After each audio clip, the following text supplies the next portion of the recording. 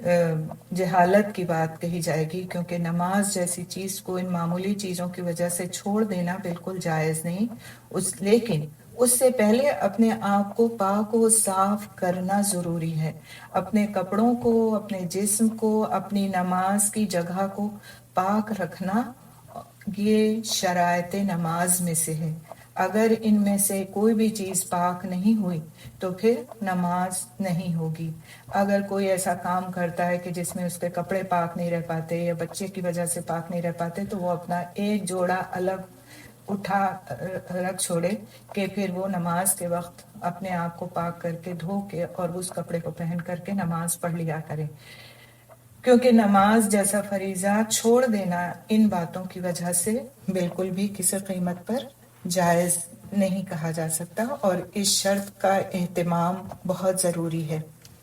پھر اس کے بعد 5ویں چیز آتی ہے رفع الحدث، یعنی حدث کا اٹھا لیا جانا۔ حدث کا اٹھا لیا جانا، اس کا کیا مطلب ہے کہ اسٹیٹ آف وضو میں رہنا، یعنی کہ آپ کسی بھی طرح سے نماز کو بہت خشوع و خضوع سے پڑھیں لیکن آپ کیا وضو نہ ہو تو پھر نماز نہیں ہوگی، کیونکہ بغیر وضو کے نماز نہیں ہوتی۔ یہ ہم سب کو معلوم ہے الحمدللہ کہ نماز کے لیے وضو کا ہونا ضروری ہے۔ وضو کس طرح کیا جائے گا، وضو کے کیا فرائض ہیں، کیا سنن ہیں، اور وضو کن حالتوں میں رہتا ہے، کن حالتوں میں ٹوٹ جاتا ہے، اس کے لیے پورے طور سے آپ کو معلومات حاصل کرنے کی ضرورت ہے۔ کتابیں موجود ہیں، انشاءاللہ تعالیٰ ان کتابوں کو پڑھیں اور اس سے پوری معلومات حاصل کریں۔ میں اگر اس وقت وضو کا طریقہ بتانے بیٹھ گئی تو وقت کے اندر اور چیزیں جو بتانا چاہ رہی ہوں وہ مکمل نہیں ہوں گی، اس کے لیے ہم کوئی اور کلاس بھی انشاءاللہ بعد میں رکھ سکتے ہیں ان چیزوں کے لیے، لیکن اس وقت جو بتا رہی ہوں وہ سیکوینس ٹوٹ جائے گا اگر میں اتنی تفصیل میں چلی گئی۔ تو مختصر بات یہ کہ وضو کا ہونا نماز کے لیے لازم ہے، بغیر وضو کے نماز نہیں ہوتی، اور ایک وضو سے کئی نمازیں پڑھی جا سکتی ہیں۔ اگر وضو باقی ہے تو پھر تازہ وضو اگر کوئی کر لیتا ہے وضو ہونے کے باوجود تو بہت اچھی بات ہے، اور اگر نہیں کر سکتا تو ایک وضو سے کئی نمازوں کو پڑھا جا سکتا ہے اگر وضو باقی ہے۔ اور وضو کے نہ کرنے کی صورت میں کن صورتوں میں وضو نہیں کر سکتا انسان، اگر مثال کے طور پر اس کے پاس پانی موجود نہیں ہے اور پانی اتنی دور ہے کہ وہاں سے لانا ممکن نہیں ہے، یا پھر یہ کہ وہ اتنا زیادہ بیمار ہے کہ وہ وضو کرے گا تو اور مزید بیمار ہو جائے گا، یا پھر دشمن کا خوف ہے کہ اگر وہاں تک جا کے پانی لایا گیا تو دشمن کا خوف لاحق ہے، ان صورتوں میں تیمم کی اجازت دی گئی ہے انسان کو کہ تو وہ تیمم کرے، لیکن حالت وضو یا تیمم میں ہونا ضروری ہے نماز کے ویلڈ ہونے کے لیے۔ یہ نماز کی شرائط میں سے ایک شرط ہے، اور بغیر اس شرط کے پورا کیے ہوئے نماز نہیں ہوتی، باطل ہو جاتی ہے۔ پھر چھٹا ہے ستر العورہ، یعنی جو ہمارے چھپائے جانے والے حصے ہیں جسم کے ان کو چھپانا۔ اب یہ ستر العورہ مردوں کا الگ ہے، عورتوں کا الگ ہے۔ مرد کے لیے یہ ہے کہ اس کا ناف سے لے کر گھٹنوں تک کا حصہ اس کا عورہ ہے، یعنی کہ چھپائے جانے کی چیز ہے، اس کا ستر ہے، اس کو چھپانا اس کے لیے لازم ہے ہر کنڈیشن میں، نماز میں بھی اور غیر نماز بھی۔ اور دوسری چیز جو مردوں کے لیے کہی گئی کہ کوئی بھی مرد ننگے کندھوں کے ساتھ نماز نہیں پڑھے، یعنی کہ کندھوں کا ڈھکا ہونا، شولڈرز کا کور ہونا ضروری ہے۔ جیسے بعض اوقات لوگ بالکل بنیانوں میں جس سے ان کے شولڈرز نظر آ رہے ہوتے ہیں اس طرح سے نماز پڑھ لیتے ہیں تو وہ جائز نہیں، حتیٰ کہ احرام میں بھی اگر کوئی شخص ہے تو نماز کے وقت اس کو اپنے دونوں کندھوں کو اس احرام کی چادر سے ڈھانپ لینا چاہیے۔ یہ مردوں کے لیے عورہ اور نماز کا ادب قرار دیا گیا۔ عورتوں کے لیے ان کے گٹوں سے آگے کے ہاتھ عورہ میں شامل نہیں ہیں، یعنی ان کا ستر نہیں ہے۔ اس کے علاوہ چہرہ نماز کے وقت کھولا جا سکتا ہے اگر کسی طرح کی بے پردگی کا اندیشہ نہ ہو، اور کچھ فقہا کو چھوڑ کر باقی فقہا کا اس بات پر اجماع بھی ہے کہ عورت کے قدم بھی عورہ میں شامل نہیں ہیں، یعنی کہ اس کے پیر اگر دکھتے ہیں، پیروں کے اوپر کا حصہ، تو بھی اس کی نماز باطل نہیں ہوگی، لیکن اس کے علاوہ اس کا پورا جسم عورہ میں شامل ہے، یعنی کہ وہ اپنا پورا جسم ڈھانپے گی اور تب نماز ادا کرے گی۔ لیکن جو لوگ یہ بات کہتے ہیں کہ قدم بھی عورہ میں شامل ہے، اس کے پیر بھی عورہ میں شامل ہیں، امام ابو حنیفہ رحمۃ اللہ علیہ کا اس سے اختلاف ہے اور باقی علماء کا اتفاق ہے کہ عورت کے قدم عورہ میں شامل ہیں، لیکن حنفی مسلک کے لحاظ سے قدم عورہ میں شامل نہیں ہیں۔ اگر ڈھانک لیے جائیں تو بہتر ہے، اور اگر کچھ حصہ نماز میں کھل جاتا ہے تو اس سے نماز باطل نہیں ہوگی۔ اب یہاں پر ہمیں 2-3 چیزیں لباس کے تعلق سے اپنے ذہن میں رکھنا چاہیے، کیونکہ لباس کا مسئلہ اب ہمارے یہاں یہ ہو گیا ہے کہ اس کو ہم نماز کے علاوہ اور نماز کے دوران دونوں ہی طرح سے اس پر توجہ اس لیے نہیں دی جا رہی کیونکہ عام حالات میں لباس اس قسم کے آ گئے ہیں کہ وہ ہمارے لیے ساتر ہونے کے بجائے صدر کی نمائش کا باعث بن گئے ہیں۔ بسا اوقات یہ ہوتا ہے کہ ہم ایک عبایا پہن کر کے نماز پڑھ رہے ہوتے ہیں، لیکن وہ عبایا بھی اتنا ٹائٹ ہوتا ہے کہ اس سے ہمارے جسم کی پوری شیپ نظر آ رہی ہوتی ہے۔ تو اس بات پر توجہ رکھنے کی ضرورت ہے کہ لباس کیسا ہو۔ لباس ایسا ہو کہ وہ سی تھرو نہ ہو، یعنی کہ اس میں سے جسم کا رنگ نظر نہ آ رہا ہو۔ مثال کے طور پر ہم نے سفید دوپٹہ ململ کا اوڑھا ہوا ہے، لیکن وہ اتنا باریک ہے کہ اس سے ہماری کھال کا رنگ اندر سے نظر آ رہا ہے کہ وہ سفید ہے، سانولا ہے، کالا ہے، کیسا ہے، وہ رنگ نظر آ رہا ہے۔ تو اگرچہ رنگت نظر آتی ہے، وہ لباس اتنا باریک ہے، خواہ وہ کاٹن ہو یا وہ شفون ہو یا کوئی کسی قسم کا بھی کپڑا ہو، لیکن اگر وہ رنگت کو ظاہر کر رہا ہے، ہمارے بالوں کا رنگ نظر آ رہا ہے اس سے، تو وہ لباس، وہ دوپٹہ، وہ اس سے پڑھی بھی نماز باطل ہے۔ وہ نماز کی ستر العورہ کی شرط کو پورا نہیں کر رہا۔ تو لباس نماز کے لیے ضروری ہے کہ ہم جو چادر استعمال کریں، جو دوپٹہ استعمال کریں، وہ اتنا موٹا ہو کہ اس سے ہماری رنگت نہ جھلکے، نمبر 1 بات۔ نمبر 2 یہ کہ اتنا ٹائٹ نہ ہو کہ اس سے جسم کی ہماری شیپ نظر آ رہی ہو۔ مثال کے طور پر بسا اوقات ہماری آستینیں اتنی ٹائٹ ہوتی ہیں کہ بالکل اس سے ہمارے ہاتھوں کا شیپ نظر آ رہا ہوتا ہے، یا پھر شرٹ اتنی ٹائٹ ہوتی ہے کہ اس سے شیپ نظر آ رہا ہوتا ہے، اور جب ہم جھکتے ہیں، اٹھتے ہیں، بیٹھتے ہیں تو ہمارے جسم کا اظہار ہو رہا ہوتا ہے۔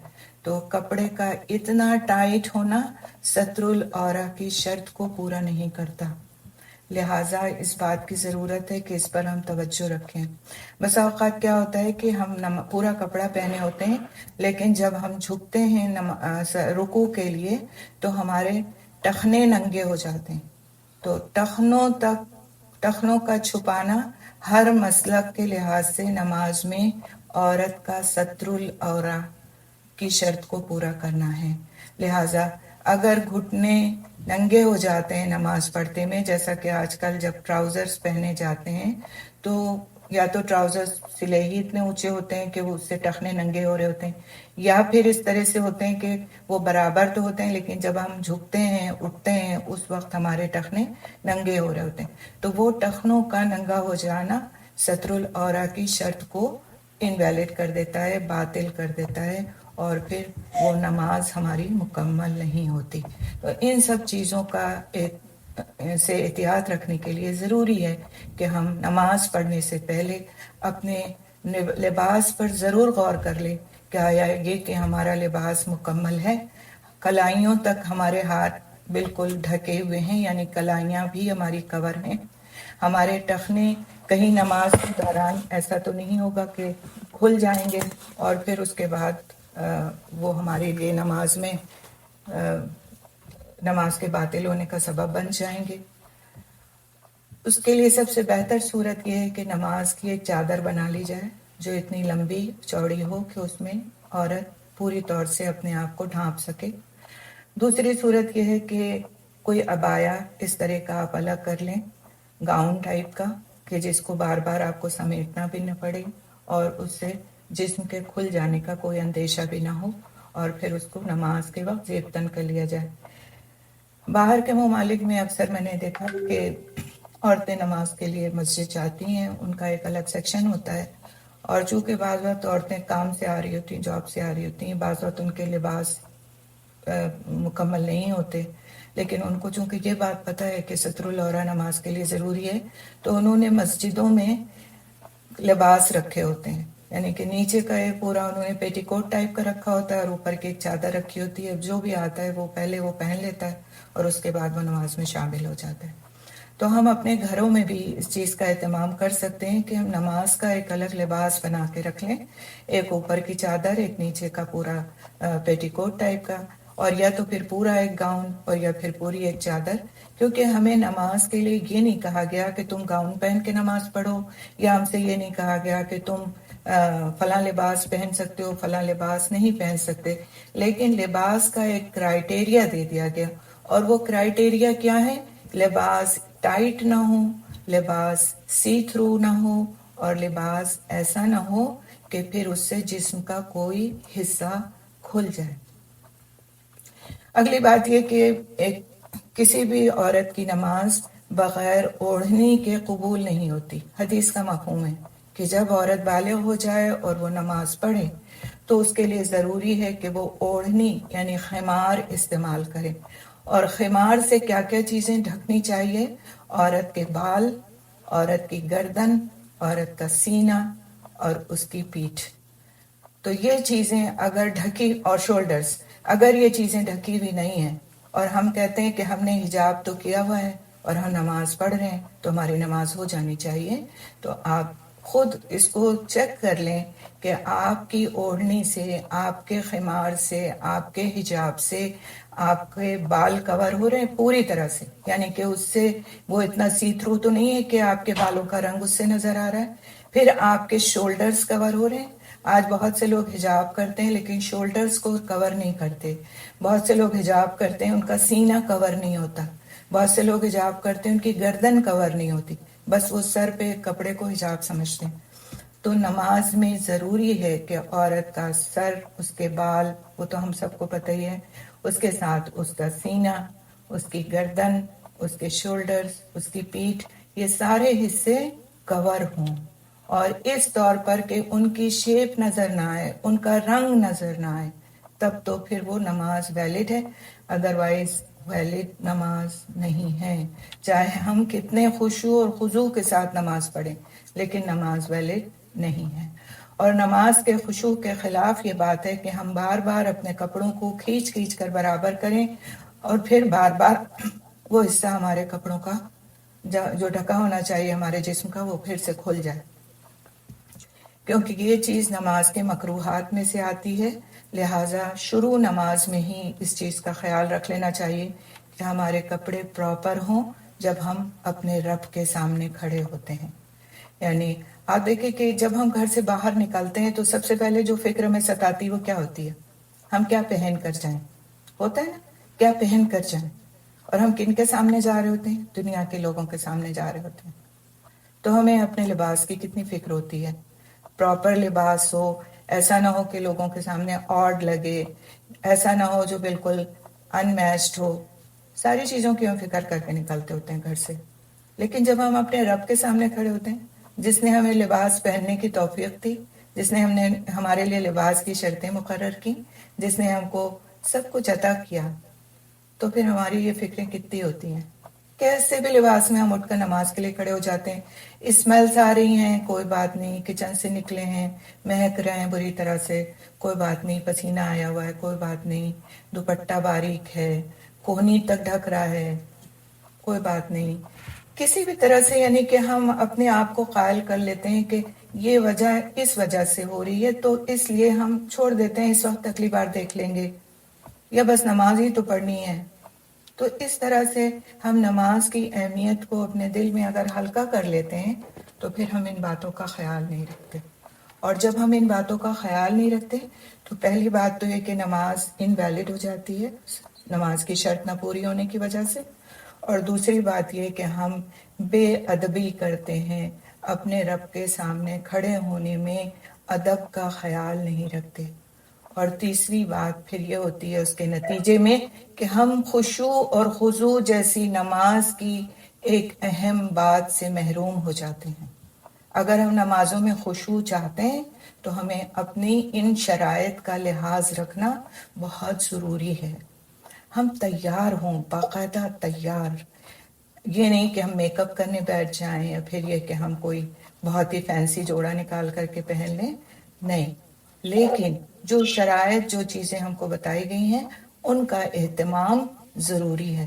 آپ نماز کو پڑھ کر کے دیکھیں اس طرح سے، یقیناً آپ کو اپنے اندر ایک فرق کا احساس ہوگا کہ ہاں آج میں نے کوئی نماز پڑھی ہے، میں باقاعدہ تیار ہو کر کے نماز کے لیے اپنے رب کے حضور کھڑی ہوئی، تو پھر میں نے نماز کیسی پڑھی۔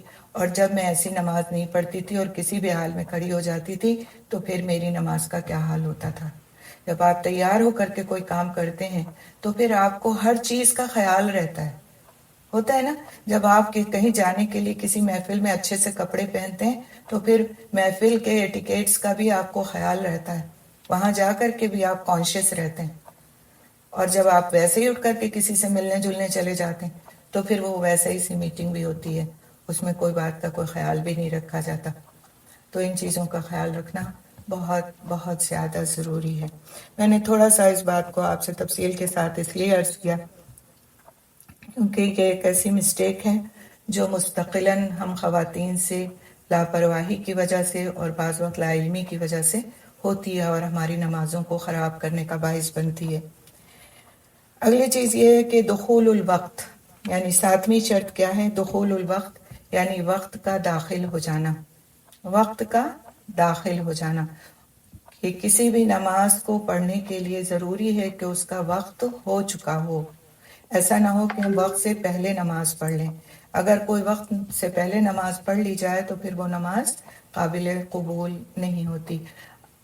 اب یہ کام آج کے دور میں بہت آسان ہو گیا ہے کہ ہم نماز کے داخل ہونے کا وقت معلوم کر لیں۔ ہمارے سب کے فونز ہیں ہمارے پاس، ان پر ایپس ہیں ایسے کہ جس سے ہمیں اپنے ایریے کے نماز کا وقت کا داخل ہونا آسانی سے پتہ چل سکتا ہے۔ ایسے ایپس کو ضرور ڈاؤن لوڈ کریں جس سے ہمیں چیز پتہ چل جائے، اور نہیں تو پھر آپ اپنے ایریا کے نماز کے اوقات کا پتہ رکھیں۔ ہر ایریا میں، ہر ملک میں، ہر شہر میں نماز کے اوقات مختلف ہوتے ہیں، موسم کے اعتبار سے نماز کے اوقات مختلف ہو جاتے ہیں، اور ان کا پتہ رکھنا ایک مسلمان کے فرائض میں سے ہے کہ اگر مثال کے طور پر گرمیوں میں آپ کے ہاں مغرب 7 بجے ہو رہی تھی اور اب جو ہے 5:20 پہ 5:30 بجے ہو رہی ہے، تو ہم 7 بجے ہی نماز پڑھنے کھڑے اور ہمیں پتہ ہی نہ ہو کہ مغرب کا وقت بدل چکا ہے یا فجر کا وقت بدل چکا ہے یا عصر کا وقت بدل چکا ہے۔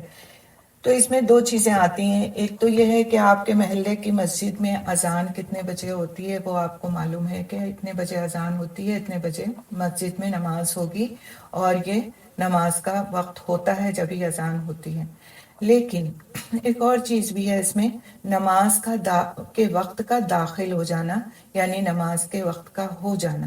مثال کے طور پر عصر کی نماز کا وقت، مثال دے رہی ہوں میں، اس کو ایکوریٹ یہی وقت مت سمجھیے گا، مثال کے طور پہ عصر کا وقت اگر 4 بجے ہو جاتا ہے، آپ کا فون کا ایپ آپ کو بتا رہا ہے، آپ نے اس میں فیڈ کیا ہوا ہے کہ میں فلاں شہر میں رہتی ہوں تو میرے ہاں نماز عصر کا وقت کب ہو جائے گا، آپ کو آپ کا ایپ بتا رہا ہے، آپ نے ایکوریٹ ایپ ڈاؤن لوڈ کیا ہوا ہے، جیسے اسلام 360 وغیرہ اس طرح کے جو ایپس ہیں ایکوریٹ ہیں، تو ان کو آپ نے اگر ڈاؤن لوڈ کیا ہوا ہے تو آپ کو اس نے بتا دیا کہ فلاں وقت پہ آپ کا نماز کا وقت داخل ہو گیا۔ لیکن آپ کے محلے کی مسجد میں اذان 4 کے بجائے 4:30 بجے ہوتی ہے، ان کی اپنی کچھ ریزنز ہیں کہ اتنے بجے اذان دیں، امام اویلیبل ہے اس وقت پہ ان کو، یا کہ ان کے ایریا کی دکانیں اس وقت بند ہوتی ہیں، کوئی بھی وجہ ہو سکتی ہے کہ جس کی وجہ سے انہوں نے 4 کے بجائے 4:30 بجے اذان دی اور مسجد میں نماز کا اہتمام 4:30 بجے کیا۔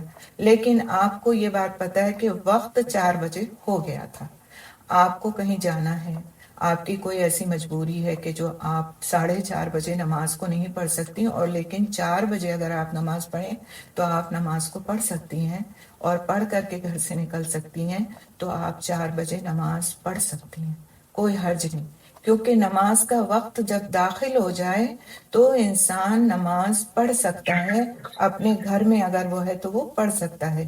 جو لوگ مسجد جاتے ہیں، جماعت سے نماز پڑھتے ہیں، وہ اس بات پہ پابند ہیں کہ جب اذان ہو جائے اس کے بعد وہ جا کر نماز پڑھیں اور جماعت میں شامل ہوں، ٹھیک ہے؟ لیکن جو مین بات ہے یہاں پر، یہ تو ایک فقہی مسئلہ میں نے آپ کو بتایا۔ آفرین پلیز آپ مائک آف کر لیجئے، آفرین مائک آف کر لیجئے۔